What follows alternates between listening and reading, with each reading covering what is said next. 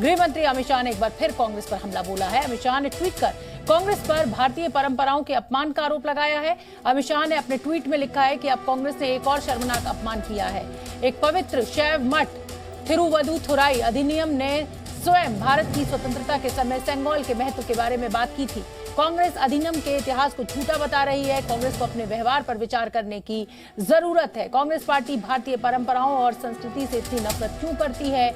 भारत की स्वतंत्रता के प्रतीक के रूप में तमिलनाडु के एक पवित्र शैव मठ द्वारा पंडित नेहरू को एक पवित्र सेंगोल दिया गया था, लेकिन इसे चलने की छड़ी के रूप में एक संग्रहालय में भेज दिया गया था।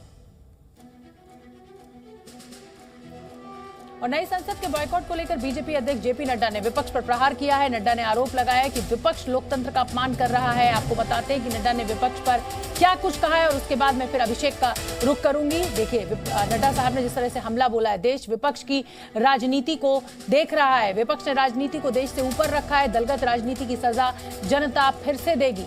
वंशवादी दल साधारण तथ्य को पचा नहीं पा रहे हैं। विपक्ष की राजशाही मानसिकता, उद्घाटन का बहिष्कार, लोकतंत्र का अपमान, विपक्ष का रवैया, संविधान निर्माताओं का अपमान। विपक्षी पार्टियों को आत्ममंथन करना चाहिए। विपक्ष की राजशाही पद्धति लोकतंत्र के सिद्धांतों के विपरीत है। कांग्रेस पार्टी का रवैया ही, उनका दृष्टिकोण ही नकारात्मक।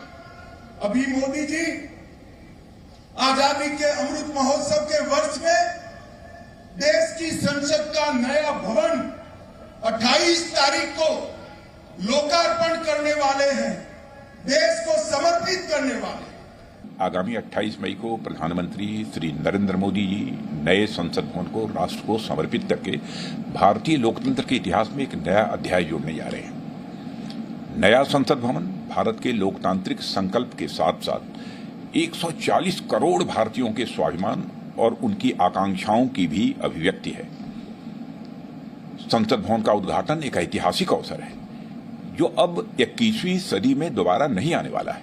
आप तो ये पिछले कुछ दिनों से ये बहस आप सुन रहे हैं और मुझे तो लगता है कि जो उद्घाटन जो हो रहा है होगा, ये लोकतंत्र का एक उत्सव है और हमें उस स्पिरिट में लेना चाहिए।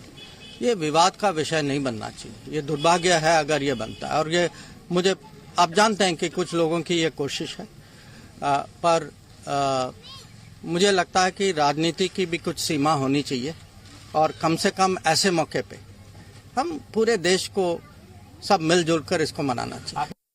तो अभिषेक दुबे जी न्यूज संवाददाता हमारे साथ लगातार बने हुए हैं। अभिषेक, आप देख ही रहे हैं, ये तमाम बयान हमने सुनवाए, क्या सत्ता पक्ष और क्या विपक्ष। लेकिन मेरा सवाल आपसे यही है कि ये जो लिस्ट है पक्ष और विपक्ष की, इसमें कुछ बदलाव आया है? कल तक 20 दल थे जो विरोध कर रहे हैं।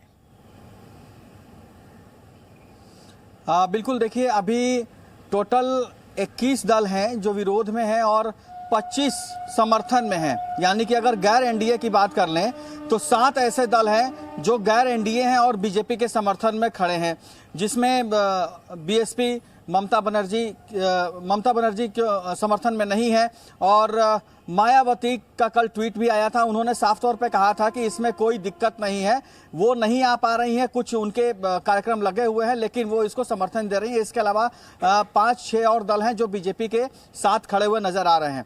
ऐसे में कांग्रेस लगातार वार पे वार कर रही है। कांग्रेस ये सवाल पूछ रही है कि आखिरकार में द्रौपदी मुर्मू जो कि राष्ट्रपति हैं, उनको इसमें क्यों नहीं बुलाया जा रहा है? क्या ST-SC का सम्मान नहीं करती? तमाम ऐसे सवाल लगातार बार बार सामने लेकर आ रही है कांग्रेस, और कांग्रेस ये चाहती है कि ये खुलकर सामने आ जाए। हालांकि देखिए, बीजेपी ने बार बार ये क्लियर किया है कि राजनाथ सिंह ने भी सुबह सुबह ये बात कही थी और अभी जब प्रेस कॉन्फ्रेंस हुआ रविशंकर प्रसाद ने भी उसमें खुलकर कहा है कि ये कोई सत्र नहीं है, ये पार्लियामेंट की एक बिल्डिंग का उद्घाटन है और इसमें सबको आना चाहिए, सबको एक साथ खड़े होना चाहिए और एक ऐतिहासिक क्षण का सबको शामिल होना चाहिए। तो ऐसे में कहीं भी विरोध करने का कोई मतलब ही नहीं बनता है।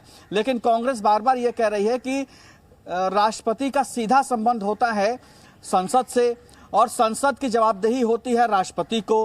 अभिभाषण भी दोनों सदनों में, चाहे वो उच्च सदन हो या फिर लोकसभा हो, उसमें राष्ट्रपति का अभिभाषण होता है, उसके बाद संसद सत्र की शुरुआत होती है। तो ऐसे में राष्ट्रपति के हाथों से ही उद्घाटन होना चाहिए। आखिरकार में ये सब क्यों नहीं हो रहा है? तो ऐसे में कांग्रेस लगातार आरोप लगा रही है, बीजेपी उसको समझाने की कोशिश कर रही है अपने बचाव में। और कुल मिलाकर ये जो रंग में भंग है ये अब हो ही चुका है।